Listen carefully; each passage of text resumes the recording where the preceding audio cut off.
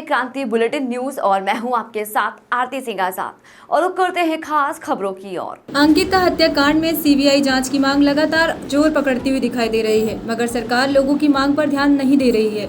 ऐसे में लोगों ने इंद्रमणि बडोनी चौक के पास 1 दिवसीय धरना देकर सरकार से फिर अंकिता हत्याकांड की जाँच सीबीआई से कराने की मांग की है। लोगों ने चेतावनी दी है, यदि उनकी मांग पर सरकार ने ध्यान नहीं दिया तो लोग सड़कों पर उतरकर उग्र आंदोलन करने के लिए भी मजबूर होंगे, जिसकी पूरी जिम्मेदारी सरकार की होगी। देखिए, मैंने जनता से भी आह्वान किया और सरकार द्वारा जो है निष्पक्ष जांच की अपील की है। आज माननीय जब हम लोग शुरू के दिन से ही वनांचल रिजॉर्ट से लेकर के आज तक 1 महीना हो चुका है, हम लगातार जो है सीबीआई की मांग चाहते हैं और दोषियों को फांसी की सजा चाहते हैं, मगर आए दिन देखने मिलता है कि एसआईटी कोई जांच कर कोई पता नहीं चल पा रहा है और दोषियों के खिलाफ कोई कार्रवाई की पता नहीं चल पा रहा है, वीआईपी का कोई पता नहीं चल पा रहा है। इसलिए आज जो हमने 1 दिवसीय धरना स्वर्गीय इंद्रमणि बडोनी जी के तत्वाधान में यहाँ पे प्रांगण में किया है, नटराज चौक में। हम चाहते हैं कि सीबीआई की जांच हो। हम जो है एसडीएम द्वारा जो है महामहिम राष्ट्रपति जी को आज ये ज्ञापन देने जा रहे हैं।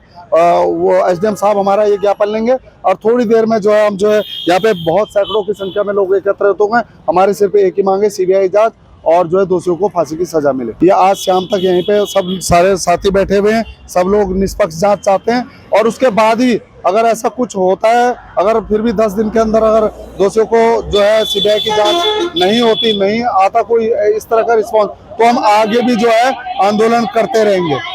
रुड़की शहर में बढ़ती चोरी की घटनाओं को लेकर उत्तराखंड प्रदेश कांग्रेस कमेटी ओबीसी विभाग के प्रदेश अध्यक्ष आशीष सैनी ने प्रदेश सरकार पर जमकर निशाना साधा है। आपको बता दें कि रुड़की में अपने कैंप कार्यालय पर पत्रकार वार्ता करते हुए ओबीसी विभाग के प्रदेश अध्यक्ष आशीष सैनी ने कहा कि रुड़की शहर में एक ही दिन में 5 चोरियां एक बड़ी घटना है। वहीं उन्होंने ये भी कहा कि भाजपा सिर्फ पुलिस से अपनी राजनीतिक कार्यशैली को लेकर ही काम कराने में लगी है।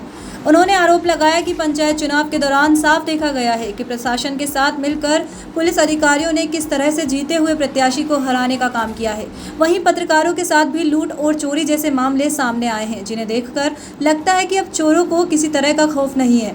उन्होंने कहा कि पुलिस सिर्फ राजनेताओं के कहने पर उनके द्वारा बताई गई बातों के आधार पर अपने काम को अंजाम दे रही है। उत्तराखंड सरकार के अगर हम काम करने की शैली को देखेंगे तो उन्होंने पुलिस का उपयोग अपने राजनीतिक कार्यों में करना शुरू कर दिया है। इसलिए जो उत्तराखंड के पुलिस प्रशासन है वो सुरक्षा देने के बजाय अब केवल भारतीय जनता पार्टी के झंडे पे काम करता है। यहाँ पर भारतीय जनता पार्टी के प्रदेश अध्यक्ष जो एक विभाग के हैं, उनके घर पे चोरी हो जाती है।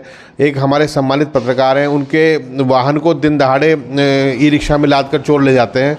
उसके बाद उन्हीं पत्रकार के साथ चेन लूट भी हुई है और दिन दहाड़े चोरियों का इतना एक सिलसिला शुरू हो चुका है, चोरियों का और राजनी का, वो इस प्रशासनिक विफलता को उजागर कर रहा है।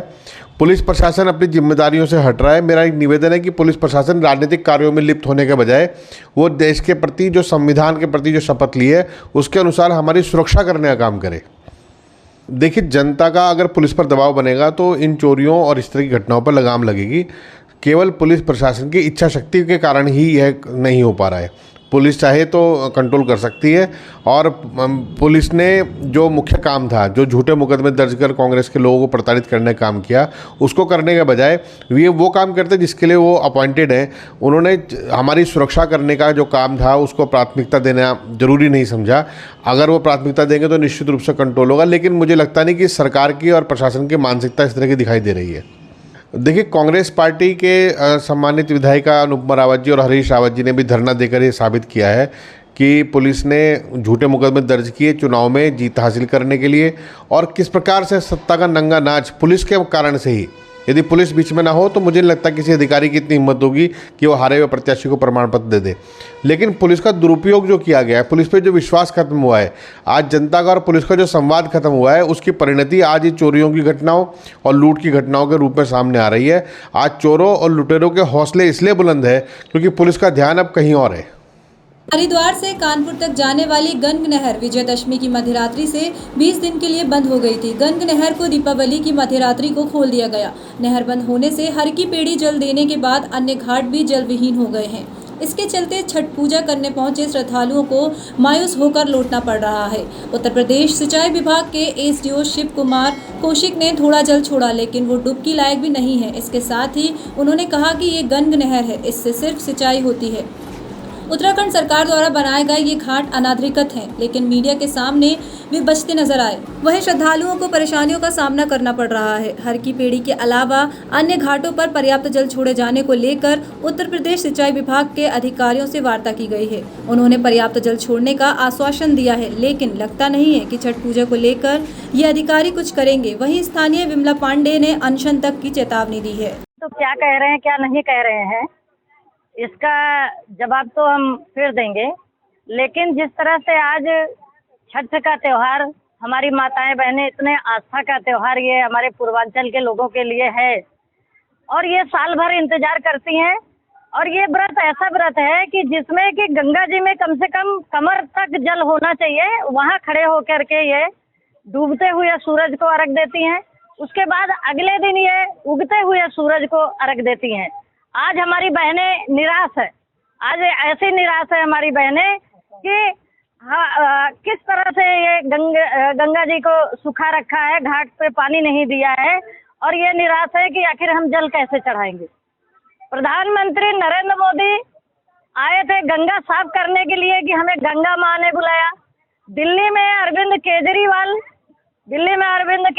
बोले थे कि मैं यमुना जी का पानी पीऊंगा और उसमें स्नान करूंगा। आज वहाँ के व्रती जो है, जितने हमारे पूर्वांचल की हमारी बहनें हैं, वहाँ यमुना नदी में किस तरह से झाग भरा हुआ, जहर भरा हुए पानी में हमारी बहनें वहाँ छठ माता का व्रत करने के लिए मजबूर है।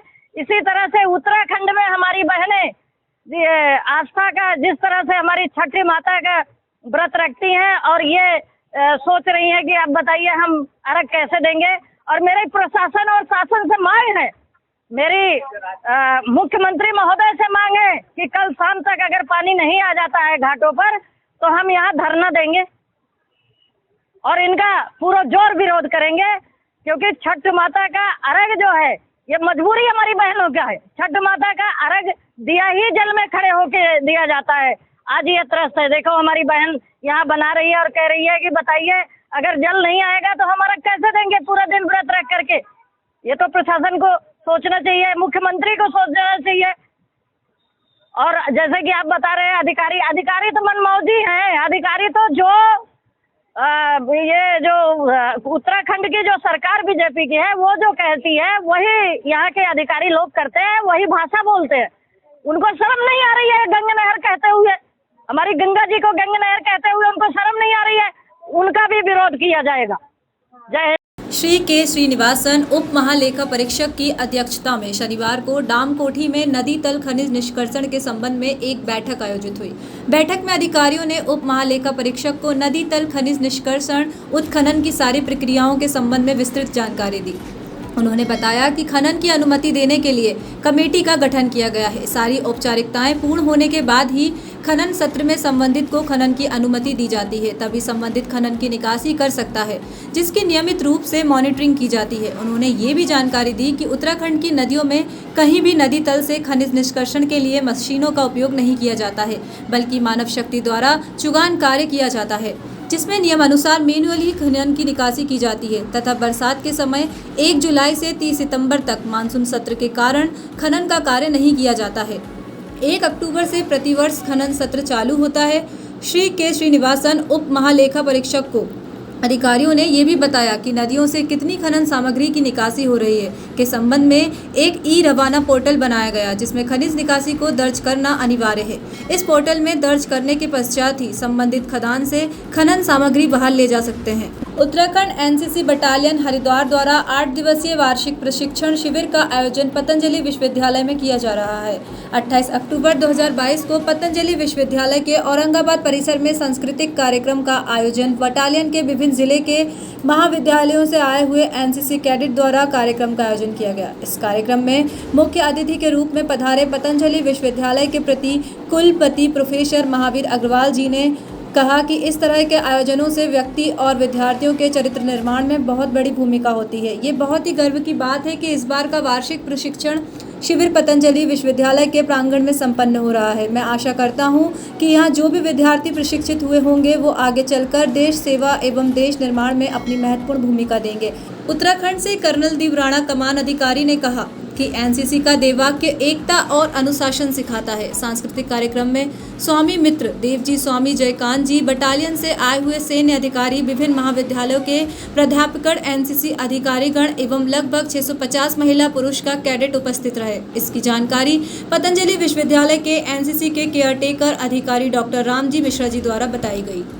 फिलहाल इतना ही। खबरों में लगातार बने रहने के लिए देखते रहे क्रांति बुलेटिन न्यूज। नमस्कार।